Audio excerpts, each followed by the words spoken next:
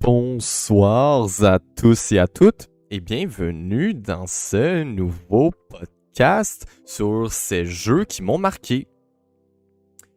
Alors après l'épisode sur Obscure et Forbidden Siren, nous n'allons pas aujourd'hui parler d'un jeu d'horreur. Wouhou! Ah là là là là. Ben, en fait, bon, le jeu qu'on va parler aujourd'hui, là, encore une fois, c'est un peu à débattre à savoir si c'est un jeu d'horreur ou pas. Mais moi, je considère pas ça comme un jeu d'horreur parce que le jeu d'aujourd'hui, c'est Super Ghouls and Ghosts sur la Super Nintendo. Pourquoi est-ce que je dis que c'est à débattre si c'est un jeu d'horreur ou non? Ben, c'est parce que il y a vraiment des concepts horrifiques à l'intérieur, comme des zombies, des monstres, le diable, etc., etc. C'est un jeu difficile. Puis je crois vraiment que c'est ce jeu. Je crois que c'est ce jeu qui m'a fait aimer justement les jeux hardcore. Donc les jeux qui sont assez difficiles. Comme par exemple Dark Souls. Les Dark Souls. Les Nioh. Il y a aussi Blasphemous. Ninja Gaiden. Etc. etc., etc. Alors voilà. Alors son origine. En fait, plutôt l'origine de comment je l'ai eu. En fait, je l'ai pas eu. C'est que mon père l'avait déjà. Puis lorsque j'étais petit, mon père, il jouait beaucoup sur la Super Nintendo. Il aimait beaucoup sa Super Nintendo. Parce que c'était la sienne d'époque. Ou en fait, non, c'est-tu la sienne d'époque? Je crois que c'est la sienne d'époque. Alors, il jouait beaucoup à Super Ghouls and Ghosts parce que c'était vraiment son jeu préféré. Et moi, ben, quand j'étais petit, quand je devais avoir genre 6-7 ans, ben, je le regardais jouer. Puis j'étais vraiment fasciné par ce jeu-là. Parce que je trouvais qu'il y avait une esthétique très jolie. Bon, je me disais pas ça à l'époque, mais ce que je veux dire, c'est que j'aimais le visuel du jeu. Puis comme que je suis une personne assez créative, puis que j'aime beaucoup créer des personnages, des BD, des livres, etc. Ben, ça a vraiment alimenté mon imaginaire.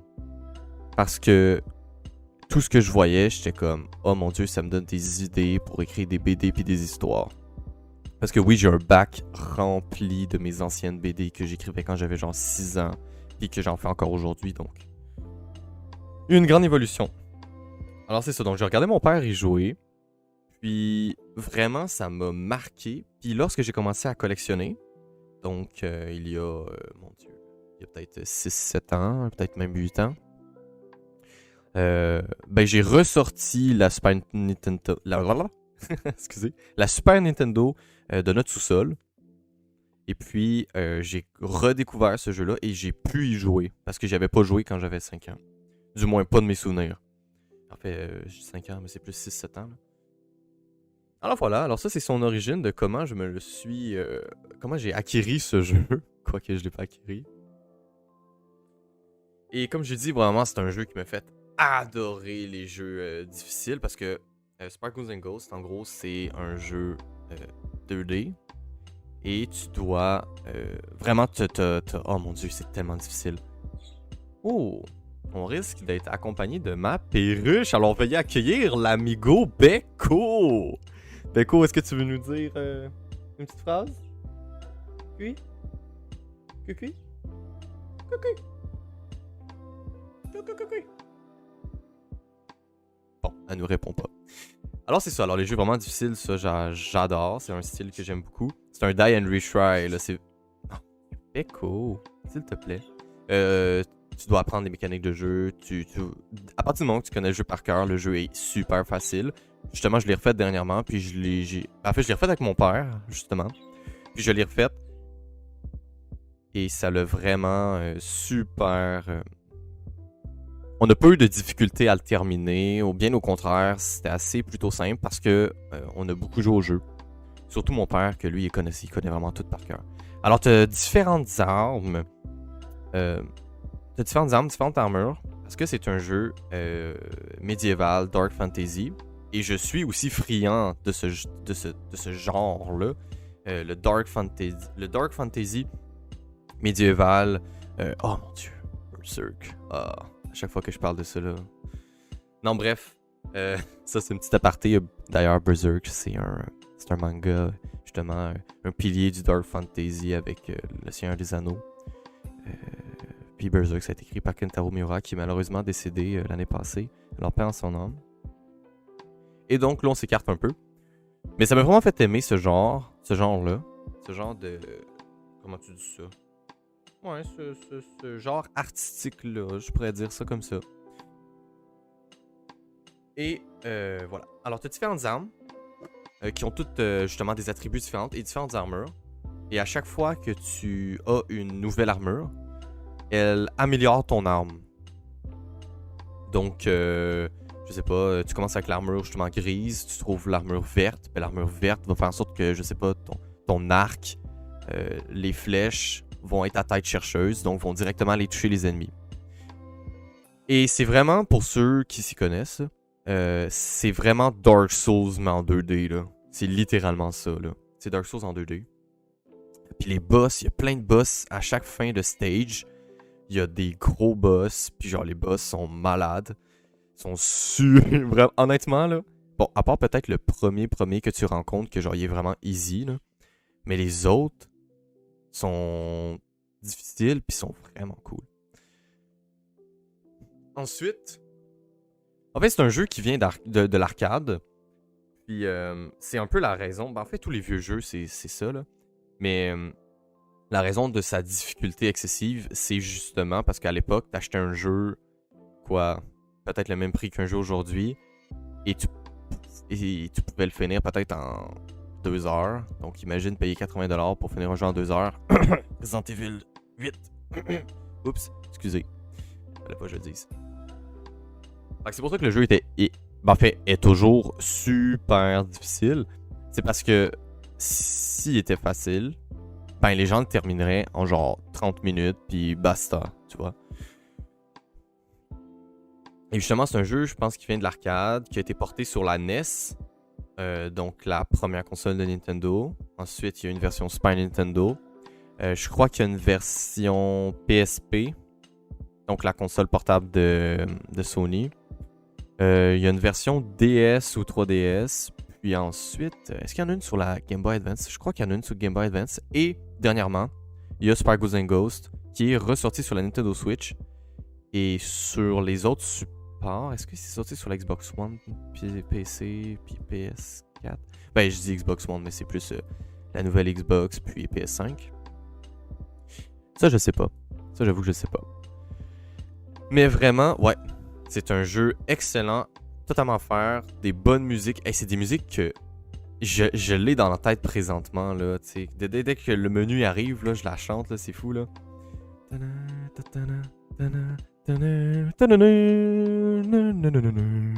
Voilà, petit segment de Francis qui chante. Aussi, ça fait partie des jeux. Excusez ce que je l'ai dans la main présentement, le jeu, là. C'est pour ça que vous entendez ça, là. Ça, c'est le jeu. Qui avait vraiment aidé à mon imaginaire au jeu, c'est la pochette du jeu, tout simplement. Parce qu'on a tendance à oublier ça, mais avant, il n'y avait pas de preview. Ben, il pouvait avoir des previews, mais il n'y avait pas Internet.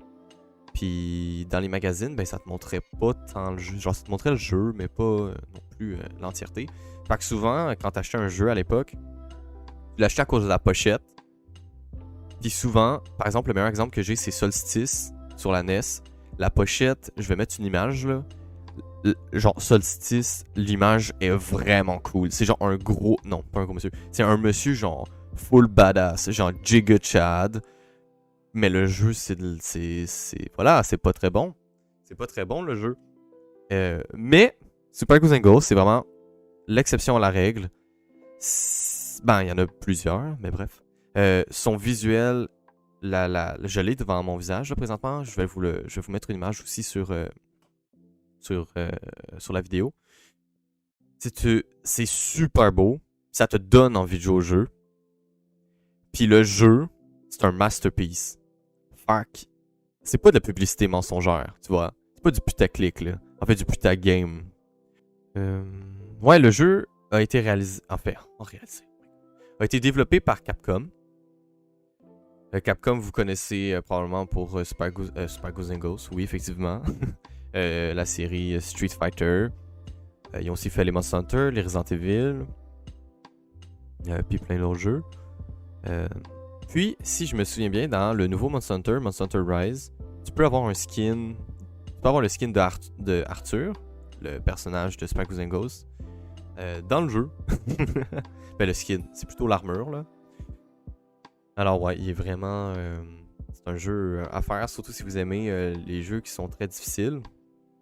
Il y a différentes zones dans le jeu, en fait. Si je parle un peu plus du jeu en lui-même, il y a différentes zones dans le jeu. Je crois qu'il y en a peut-être 12. Puis c'est 12 stages. Puis à l'intérieur, vraiment, chaque zone est différente. Je crois que vous allez le voir à l'écran, mais chaque zone est différente. Des ennemis différents. Des boss différents. Puis ça, c'est super intéressant parce que c'est jamais la même chose. Chaque stage est différent du dernier. Puis ça donne vraiment une envie de poursuivre le jeu. Puis ça donne vraiment une envie de... c'est ça, de continuer à y jouer. Puis il y a vraiment des zones intéressantes, par exemple. Sur la Super Nintendo, là, je vous rappelle, là, c'est sorti peut-être en 1992 le jeu. Là. Fait que ça fait super longtemps. Puis, tu sais, c'était pas si puissant que ça, une Super Nintendo. Là. Il y avait une tour. À un moment donné, tu montes une tour. Puis la tour, elle tourne. Puis ça, pour l'époque, c'était super impressionnant. Puis vraiment, Super Ghost and Ghost. En fait, Capcom ont vraiment poussé la Super Nintendo à bout. Les couleurs sont super belles, les sprites. Les sprites sont super beaux, pour vrai. C'est justement pour ça qu'on appelle ça la Super Nintendo. Bref. Ouais, donc il y a différents stages. Et la particularité du jeu, qui a fait sa renommée mondiale, c'est le fait que dès que tu termines le jeu, en fait, tu l'as pas vraiment terminé. Parce que la princesse que tu dois sauver, parce que tu dois sauver une princesse, c'est le roi Arthur. Il y a une princesse, ta princesse fait enlever, tu dois aller sauver la princesse, blablabla, le même pitch qu'on a eu pendant genre 30 ans. Là. Et dès que dès que tu tues le boss final, tu arrives devant la princesse, puis la princesse te dit ouais, non. En fait, fallait que tu aies une clé. Fait que recommence le jeu, trouve la clé, puis viens me délivrer. Et là, le jeu te téléporte au tout début du jeu et tu dois le faire une deuxième fois. Trouver la clé et libérer la princesse. Mais le jeu, quand tu recommences, est 2 fois plus difficile. Puis je crois qu'il y a 2 fois plus d'ennemis ou ce genre de choses-là. Fait que ça, c'est vraiment ça, sa particularité. Parce que dès que tu finis le jeu, t'es comme oh fuck, faut tout que je recommence. Parce que t'as peut-être passé genre 20 heures, 10 heures à genre retry, die and retry. Puis là, faire genre fuck, il faut tout que je recommence encore une seconde fois. Il n'y avait pas de sauvegarde. Il n'y a pas de sauvegarde à l'époque, hein. C'est one shot. Tu laissais la console allumée pour toute la nuit si ça fallait pour recommencer à jouer le lendemain. Ça l'arrêtait. Pas de sauvegarde. Ouais. Moi, c'est un jeu qui m'a marqué. En fait, c'est justement pour toutes ces raisons que ce jeu m'a marqué. Autant les visuels, etc. Vous allez le voir à l'écran de toute façon. Alors, c'est un jeu que je vous recommande. Bien évidemment, c'est un jeu qui est sorti sur la Super Nintendo, donc des émulateurs, ça se trouve extrêmement facilement, surtout celui-là de Super Nintendo. Alors, faites-le si vous avez la chance. Si vous avez une Nintendo Switch et que vous avez le Switch Online, il est disponible sur le SNES Classic, où est-ce qu'il est à l'intérieur. Alors, faites-le, je vous le recommande à 100%. C'est super agréable à jouer, la maniabilité a pas vieilli, le jeu en tant que tel a pas vieilli. En fait, a bien vieilli, je veux dire. En fait, tous les jeux de la Super Nintendo ont bien vieilli, mais ça, c'est un autre sujet. Alors voilà, alors je vous le recommande. C'est un excellent jeu, Super Ghost and Ghost sur la Super Nintendo. Alors voilà, c'est la fin de ce podcast aujourd'hui. Pas grand chose à dire sur le jeu, c'est plus les visuels qui parlent. Alors merci de m'avoir écouté. Et puis on se retrouve dans un prochain podcast sur un nouveau jeu qui m'a marqué. Merci beaucoup les amigos.